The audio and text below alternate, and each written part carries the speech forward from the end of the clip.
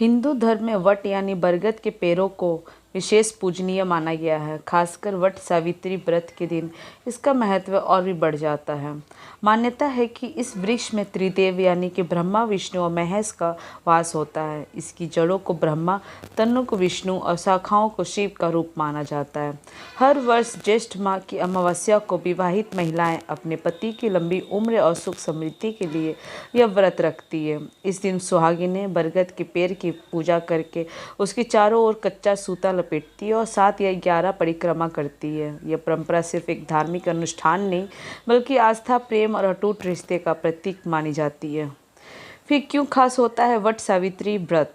वट सावित्री व्रत सिर्फ एक धार्मिक अनुष्ठान नहीं बल्कि आस्था, नारी शक्ति और अटूट प्रेम का प्रतीक है। इस दिन को लेकर एक गहरी पौराणिक कथा भी जुड़ी हुई है। कहा जाता है कि इस दिन सावित्री ने अपने अद्भुत तप और संकल्प से अपने मृत पति सत्यवान के प्राण यमराज से वापस ले लिए थे। तभी से यह व्रत विवाहित महिलाओं के लिए भी सौभाग्य का प्रतीक बन गया। मान्यता है कि इस दिन व्रत रखकर सावित्री की तरह अगर सच्ची श्रद्धा से पूजा की जाए तो दाम्पत्य जीवन सुखी रहता है और पति की आयु लंबी होती है। आइए अब जानेंगे पूजा विधि, किस तरीके से हमें पूजा करना चाहिए। पंचांग के अनुसार ज्येष्ठ माह की अमावस्या तिथि की शुरुआत 26 मई को दोपहर 12:11 पर हो रही है। वहीं इस तिथि का समापन 27 मई को सुबह 8:31 पर होगा। ऐसे में वट सावित्री व्रत 26 मई को रखा जाएगा। वट सावित्री व्रत में मुख्य रूप से वट वृक्ष यानी बरगद के पेड़ की पूजा अर्चना की जाती है। ऐसे में आप पूजा के दौरान सूती वस्त्र, 5 तरह के फूल, अक्षत, बिना टूटे चावल यानी उपवीत यानी जनेऊ, चंदन, पान, सुपारी आदि अर्पित कर सकते हैं। साथ ही इस दिन पर पति पत्नी को मिलकर वट वृक्ष की पूजा करनी चाहिए और घी का दीपक जलाकर वट वृक्ष की 7 या 11 परिक्रमा करनी चाहिए।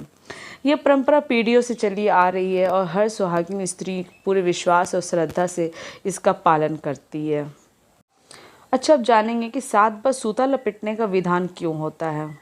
7 बार सूता लपेटना केवल एक धार्मिक प्रक्रिया नहीं बल्कि एक प्रतीकात्मक भावना है। मान्यता है कि बरगद का पेड़ जीवन की स्थिरता और दीर्घायु का प्रतीक है और जब स्त्रियां उसके चारों ओर 7 बार सूता लपेटती है या फिर 11 बार तो ये पति पत्नी के साथ जन्मों के अटूट बंधन का संकेत देता है। साथ ही ऐसा माना जाता है कि यह क्रिया पति पर आने वाले संकटों को टाल देती है और जीवन में सुख शांति बनाए रखती है। अब सबसे इम्पोर्टेंट चीज़ है वट सावित्री व्रत की कथा। पौराणिक कथा के अनुसार भद्र नामक एक देश था। वहाँ के राजा का नाम था अश्वपति। ईश्वर ने उन्हें एक भी संतान नहीं दिया था। वो बहुत चिंतित रहा करते थे। संतान प्राप्ति के लिए उन्होंने मंत्रोच्चारण के साथ हर दिन 1 लाख आहुतियाँ दी। यह सिलसिला 18 साल तक चलता रहा। उनकी इस तपस्या से प्रसन्न होकर एक दिन सावित्री देवी ने प्रकट हुई। उन्होंने राजा को वर दिया कि राजन, तुम्हें एक तेजस्वी कन्या पैदा होगी। सावित्री देवी के वरदान स्वरूप कन्या पैदा हुई। राजा बहुत खुश थे। अब उनका सपना पूरा हो गया था। उनके चेहरे पे खुशियाँ लौट आई थी। राजा ने अपनी कन्या का नाम रखा सावित्री। वह जब बड़ी हुई तो बेहद रूपवान हुई। हर तरफ उसके रूप की चर्चा होती। राजा गर्व महसूस करते थे। जब सती सावित्री विवाह योग्य हुई तो उसके अनुपम सौंदर्य और तेजस्विता के आगे कोई भी राजकुमार उन्हें चुनने का साहस नहीं कर पाए, जिससे कि राजा ने उसे स्वयंवर के लिए स्वयं योग्य वर खोजने भेजा। सती सावित्री ने अनेक राजकुमारों को देखा पर कोई भी सती सावित्री को पसंद नहीं आया। पर एक समय की बात है जब उन्होंने राजा धूमत्य सेन के पुत्र सत्यवान को देखा। सत्यवान अपने अंधे पिता की सेवा कर रहे थे। वे तेजस्वी, धर्मपरायण और गुणवान थे। सावित्री ने उन्हें पति रूप में चुन लिया। दरअसल साल्वे देश के राजा धूमत्य सेन का राजपाट किसी ने उनसे छीन लिया था।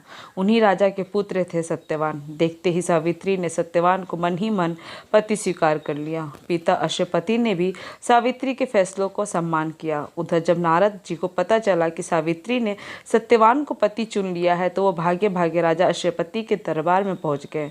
राजा से उन्होंने कहा, हे राजन, ये आप क्या कर रहे हैं? सत्यवान गुणवान है, धर्मात्मा है और बलवान भी, लेकिन उसकी आयु बहुत कम है। 1 वर्ष बाद उसकी मृत्यु हो जाएगी।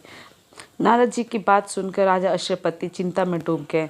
उन्हें कुछ समझ में नहीं आ रहा था। पिता के उदास चेहरों को देखकर सावित्री ने पूछा, पिताजी क्या बात है, आप चिंतित क्यों नजर आ रहे हैं? राजा अश्वपति ने सावित्री से कहा, पुत्री, तुमने जिस राजकुमार सत्यवान को अपना वर चुना है उसकी उम्र बहुत कम है। 1 साल बाद उसकी मृत्यु तय है। राजा ने पुत्री को सलाह दी, तुम कोई और वर तलाश लो, तुम किसी और को अपना जीवन साथी बना लो। इतना सुनते ही सावित्री ने जवाब दिया, पिताजी, आर्य कन्याएं सिर्फ एक बार ही पति का चुनाव करती है। राजा एक बार ही आज्ञा देता है, पंडित एक बार ही प्रतिज्ञा करते हैं, यहाँ तक कि कन्यादान भी एक ही बार किया जाता है। पिता ने सावित्री को बहुत समझाने की कोशिश की, लेकिन सावित्री हठ करने लगी। सावित्री ने 2 टूक कह दिया, मैं सिर्फ सत्यवान से ही शादी करूंगी। अंततः सब कुछ जानते हुए भी पिता ने पुत्री सावित्री की शादी सत्यवान से कर दी। राजा पिता के घर से विदा होकर सावित्री ससुराल चली गई। अपने सास ससुर की सेवा करने लगी। वक्त बीतने लगा। जैसे जैसे मृत्यु के दिन करीब आने लगे, सावित्री को बेचैनी बढ़ने लगी। सावित्री ने 3 दिन पहले ही उपवास प्रारंभ कर दिया। उधर हर दिन की तरह सत्यवान जंगल में लकड़ी काटने चला गया। साथ में सावित्री भी गई थी। सत्यवान एक पेड़ पर चढ़कर लकड़ी काट रहे थे, तभी सिर में तेज दर्द हुआ। बर्दाश्त नहीं हुआ तो वो नीचे उतर आए। सावित्री अब सब कुछ समझ चुकी थी। सत्यवान का सिर गोद में लेकर वह सहलाने लगी। इसी बीच यमराज आए, सत्यवान को लेकर जाने लगे। सावित्री भी उनके पीछे पीछे चल पड़ी। यमराज ने सावित्री को समझाया कि यह विधि का विधान है, लेकिन सावित्री कुछ भी मानने को तैयार नहीं थी।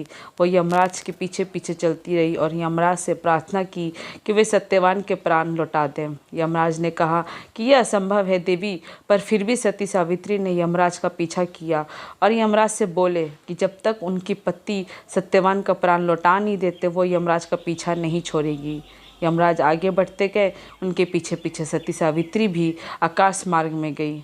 पर अंत में यमराज सावित्री के धर्म और निष्ठा, पति के प्रति इस प्यार को देख प्रभावित होकर यमराज सावित्री को कहते हैं कि तुम धन्य हो देवी, तुम मुझसे कोई भी वरदान मांग सकती हो। सावित्री ने इस अवसर का लाभ उठाया। पहला वर मांगा कि सास ससुर की आंखों को रोशनी मिल जाए। यमराज ने कहा, रोशनी लौट आएगी, जाओ अब लौट जाओ। बावजूद इसके सावित्री यमराज का पीछा करती रही। यमराज ने कहा, तुम चली जाओ। सावित्री ने कहा, मुझे अपने पति के पीछे पीछे चलने में कोई दिक्कत नहीं है। पति के पीछे चलना तो मेरा कर्तव्य है। सावित्री की यह बात सुनकर यमराज ने कहा, एक और वर मांग सकती हो। सावित्री ने दूसरा वर मांगा। कहा, ससुर का राज्य छिन गया है, उसे पुनः वापस दिला दे। यमराज ने वरदान दे दिया। कहा, अब तुम लौट जाओ। बावजूद इसके सावित्री उनके पीछे पीछे चलती रही। यमराज ने कहा, अच्छा चलो तीसरा वर मांग लो। सावित्री ने कहा कि मुझे 100 पुत्रों का सौभाग्य प्राप्त हो। वरदान के पश्चात उन्होंने कहा कि अब सत्यवान जीवित ही नहीं रहेंगे तो वो 100 पुत्रों को कैसे जन्म दे सकती है। तभी यमराज को अपनी भूल का एहसास हुआ और उन्होंने सत्यवान के प्राण लौटा दिए। इस प्रकार सावित्री ने अपनी दृढ़ता, प्रेम और बुद्धिमानी से अपने पति को मृत्यु के मुख से वापस ले आई और यमराज को हराने में सफल हुई। उम्मीद है ये आपको कथा और जानकारी बहुत अच्छी लगी होगी। नए हैं तो प्लीज़ सब्सक्राइब करें, लाइक करें, शेयर करें। Thank you.